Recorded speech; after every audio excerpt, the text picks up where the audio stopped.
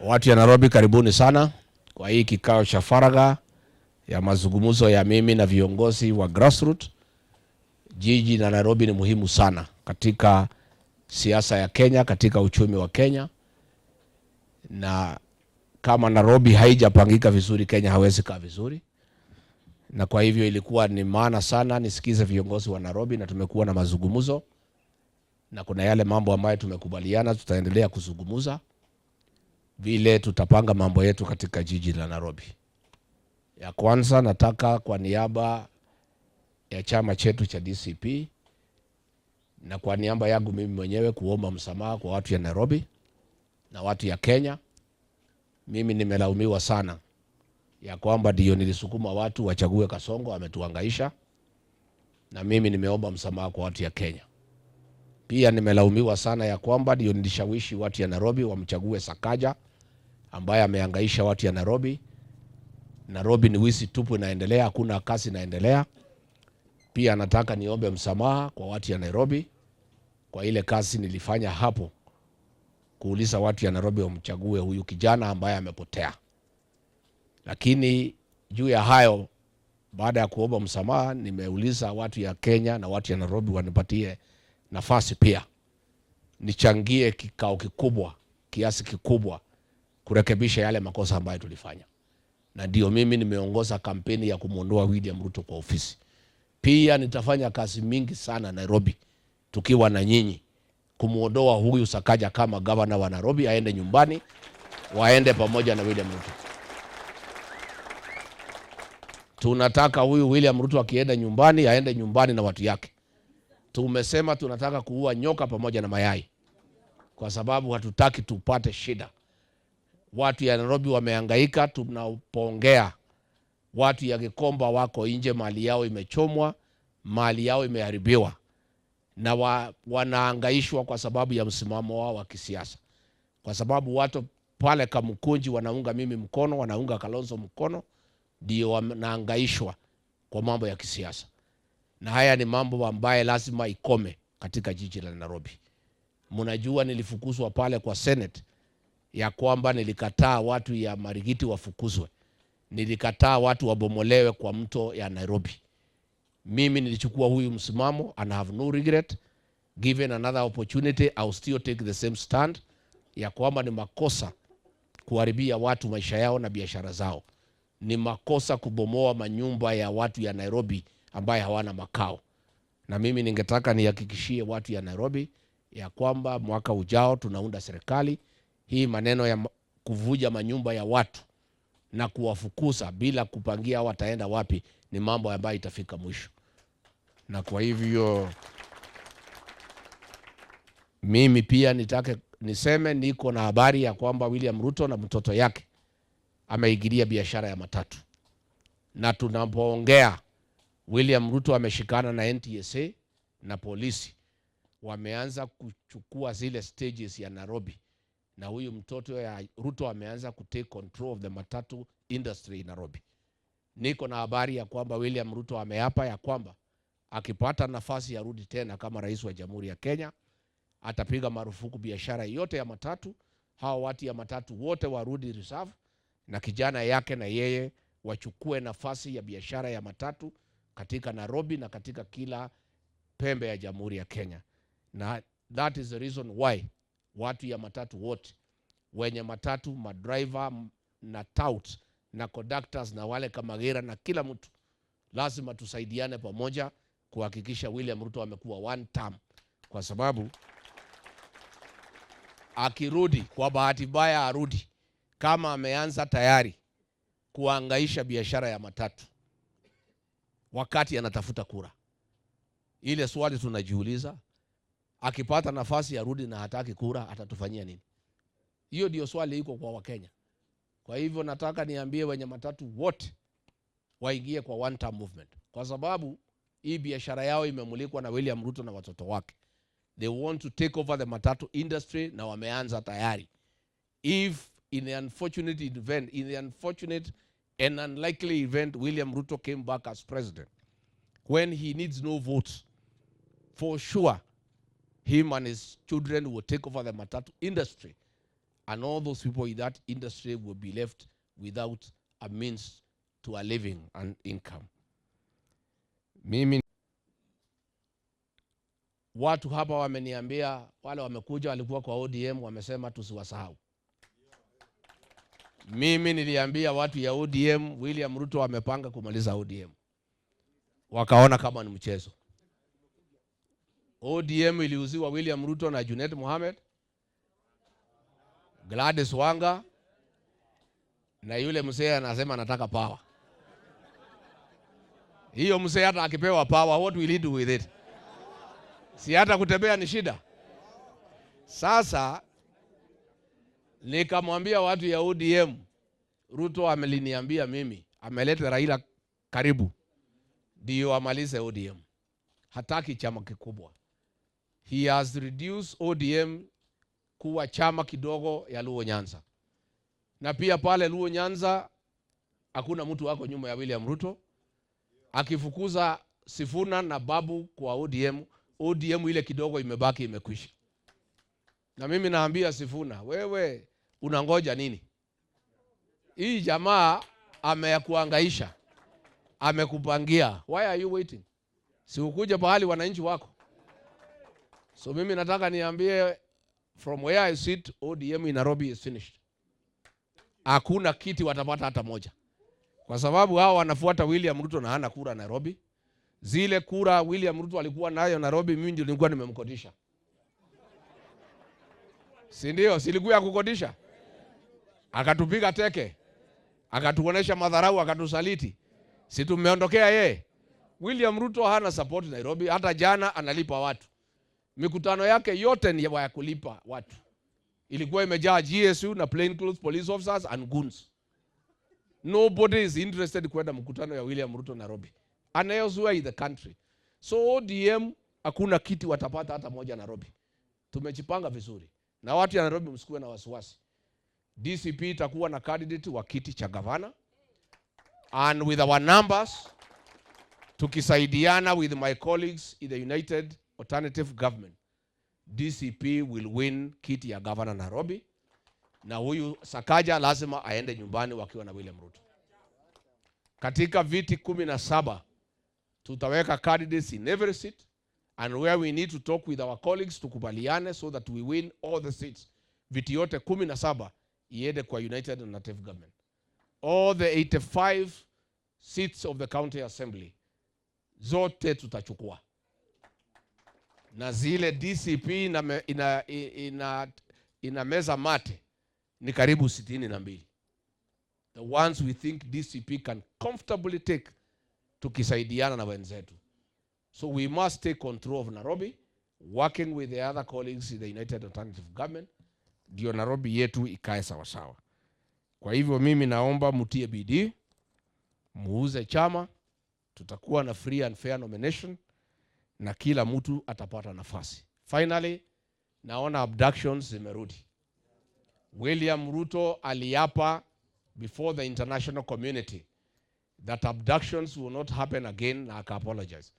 So what is the need? Wewe unajifanya you are compensating victims of abduction and extrajudicial killing when the same abductions are going on. Hii maneno ya abductions tukiendelea uchaguzi tunaona imeendelea. We are calling upon the international community to put William Ruto on notice. He has become excessive on violation of human rights. Ile maneno tumeona vijana wametekwa nyara, wameteswa, walipatikana kwa gari ya polisi, wamepatikana wametupwa kwa mtaro. They have been tortured, and the last time they were seen, they were in police hands. So ile squad ya 101 police officers ilikuwa nafanya abductions and extrajudicial killings has been reactivated. Na pia mimi naambiwa hao watu wa kina Murkomen wanapanga kuleta fujo Olkalau. Na watu ya Olkalau wanangoja hawa. It will not happen. Hii maneno ya kutisha raia na kutisha wananchi lazima ifike mwisho. So we want to tell our people that abductions are back. They are abducting young Gen Zs who are in one-term movement. They are also abducting journalists, na nimezungumza kwa press conference. We want to tell William Ruto that even if you abduct the people of Kenya, the Kenyan people, your fortunes cannot change. mambo yako imeharibika irreversibly, lazima uende nyumbani. And the sooner you accept that your time is up, the better for you. No amount of abductions and judicial killing can bring back the favor you had with the people of Kenya. Wewe ulikuwa na favor kubwa sana kwa watu ya Kenya. Ukaharibu mwenyewe, ukageuka wa Kenya, ukapora mali yao, ukateka watoto nyara, ukaua watoto, ukalete mambo ya ufisadi, ukalete ukabila, ukavamia kila kitu, ukavuja manyumba ya watu Nairobi, ukachoma Gikomba, ukaangaisha kila mtu. Favor ya Mungu na ya wananchi wa Kenya ikakuondokea. Hata ukiteka watoto nyara, hata ukiwaumiza, hata ukiwaua, that favor cannot come back. Imefika ile naitwa mene tekeli. Hapo ndio tumefika. But we must continue calling out William Ruto every day.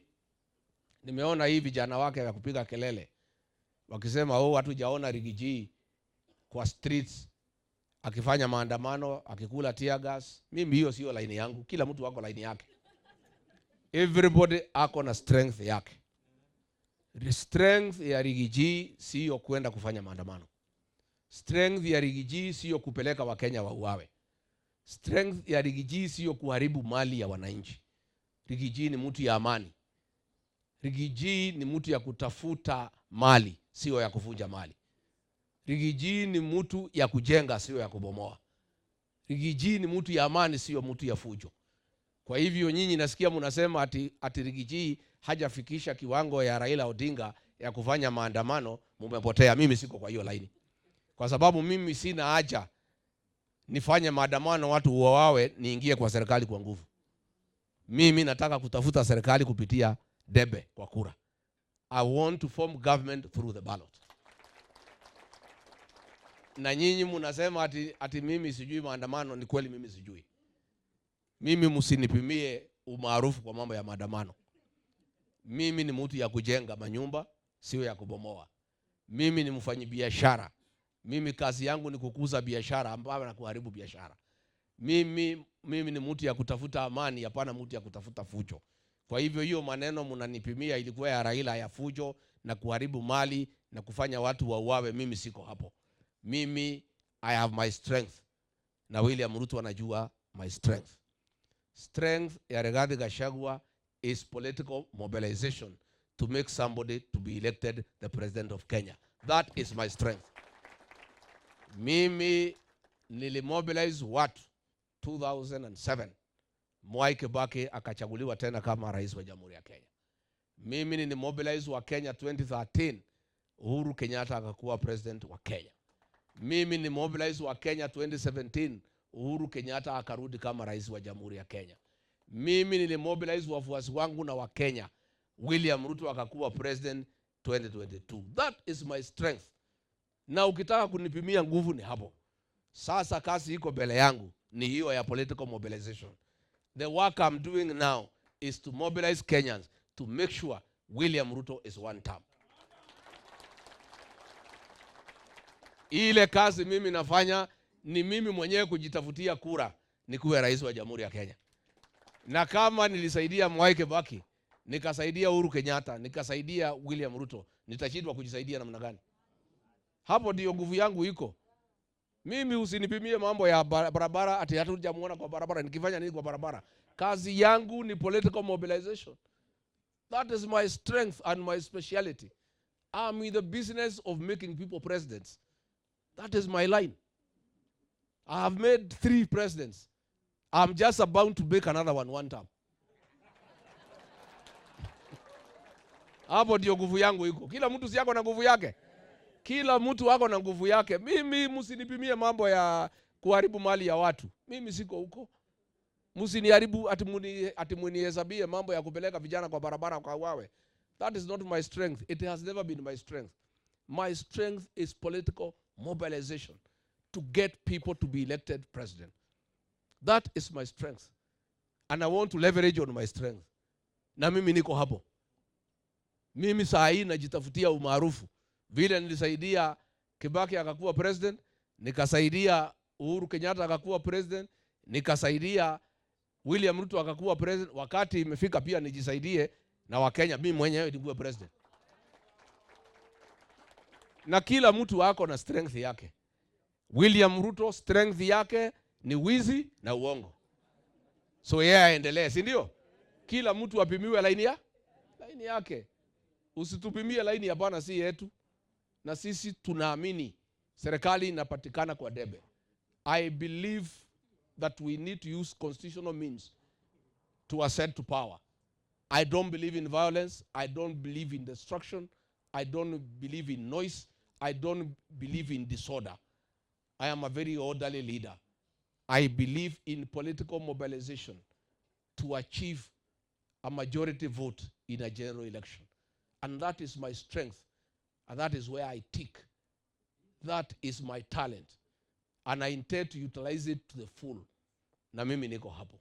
Kwa hivyo nyinyi mnataka kupimana na Raila, mambo ya kupeleka watu kwa barabara, mtafuta watu wengine. Mambo ya kutafuta mtu akuwe rais, hapo mimi mnipimie hapo. I want you to challenge me on how to make presidents. Ask me what is your record on making presidents. I will say what I did to assist Mwai Kibaki. I will say what I did to assist Uhuru Kenyatta. I'll say what I did to assist William Ruto. I'll tell you what I'm doing to make sure William Ruto goes home. Si hapo tuko sawa sawa? Si kila mtu apimiwe na laini yake na talanta yake? Si ya Ruto mnajua talanta yake ni gani? Si ni wizi na ya, kila mtu apimiwe mambo yake. Kila mtu ako na laini yake ile amekuwa na track record. Track record ya William Ruto ni uongo na wizi na uwaji, si ndio? Track record ya Rigathi Gachagua is how to make presidents. Kila mtu akae kwa laini yake. And also to remove. Yeah. This one nitafanya na bidii. Hapo mbeleni nimeuda marais, sasa ni kubomoa. Na yule anajua kujenga, anajua pia kufanya nini? Tubomoe tusibomoe? Tubomoe tusibomoe? Huyu William Ruto alikuwa hapa kwa hii boma yangu mara karibu 4, picha ziko hapa nitamuonesha. Akilia hapa akiobewa na Mama Dorcas nimsaidie. Kwa hii boma nilikusaidia William Ruto, nitakubomolea kwa hii boma. Hapa. This home. Tumekubaliana watu ya Kanairo. Mtafanya kazi kwa bidii. Ruto atakuwa one term. Wangapi wanasema Ruto atakuwa one term?